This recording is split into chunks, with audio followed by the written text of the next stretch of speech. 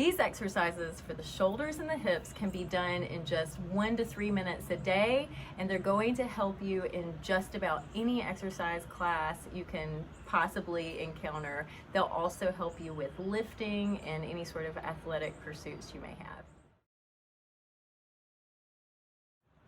Golden arches.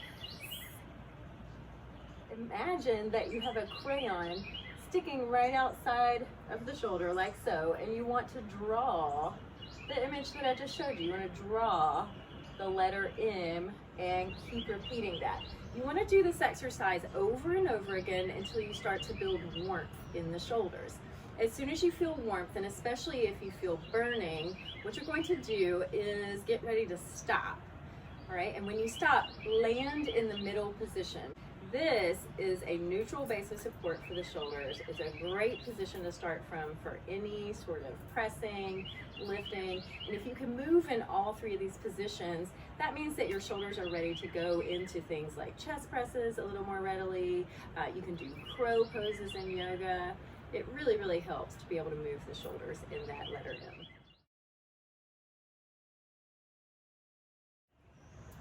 The second exercise that I like to assign for homework as a daily practice is for the hips. You don't need any equipment. However, I do recommend that you have a chair, a wall, or maybe a kitchen countertop that you can rest the fingers on. Today, I'm going to use my athletic trampoline handle. This is a variation on a stretch in yoga called pyramid stretch. What you'll do is come to standing and be able to touch the countertop. Stand up nice and tall, all right? And then what you're gonna do is take one leg from the standing position and reach it back behind you.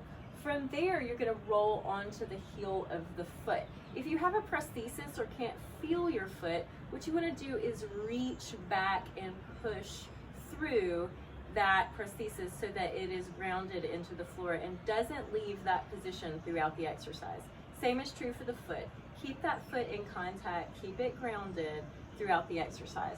From here, you'll find your hip creases. So these are inguinal folds right here. You can even put your fingers in them and push to encourage a really clean, crisp fold. It's ideal if you can keep your knee as straight as possible, but if this causes any major discomfort, you can add a slight bend in it. You'll stay here in this hinge and think in terms of straight lines. So you want your torso to make a nice clean line and both legs to make a nice clean line. Square your hips to the front so that both front pockets, if you were wearing jeans, would be aiming forward. And you'll stay here for about 1 minute. To enhance this stretch, you can reach back through the hip creases, so press back. And you can also add some slight movement like hip twist or sway side to side, shifting the weight from right to left foot, and see what that does for you. Make sure that you're not hunched over. You want a nice neutral spine. Open the heart forward and relax the face and neck. Deep breath here. And to come out of this, I recommend that you bend the front knee and help with your hands to come up to standing. Repeat that on the other side for 1 minute. This is a daily activity. Treat it as you would a multivitamin and do it every day.